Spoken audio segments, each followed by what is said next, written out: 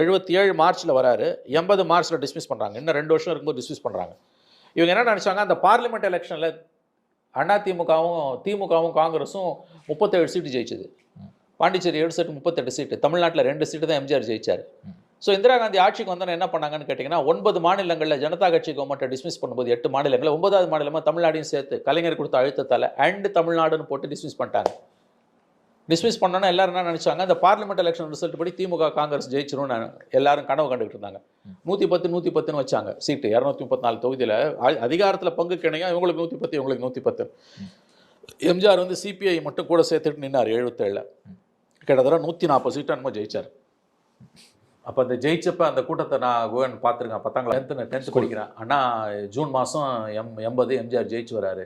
அண்ணா சிலை, mount road அண்ணா சிலை இல்லை, சிம்சன் அண்ணா சிலையில் கூட்டம் எம்ஜிஆர் பேச கடல் மாதிரி வெள்ளம். அப்போ அந்த கூட்டத்தில் கலந்துக்கிட்டவங்க சொன்னது, அண்ணாதுரையோட மரணத்துக்கு பிறகு இவ்வளோ பெரிய கூட்டத்தை நாங்கள் இப்போ தான் பார்க்குறோம். அண்ணா மறைவுக்கு பிறகு அந்த கூட்டத்தில் கலந்துக்கிட்ட ஒரு பெரியவர் சொன்னார், அண்ணாவோட மறைவுக்கு பிறகு இவ்வளோ பெரிய கூட்டத்தை நான் பார்க்குறேன். உண்மையிலேயே ஒரு மக்கள் திலகம் தான்.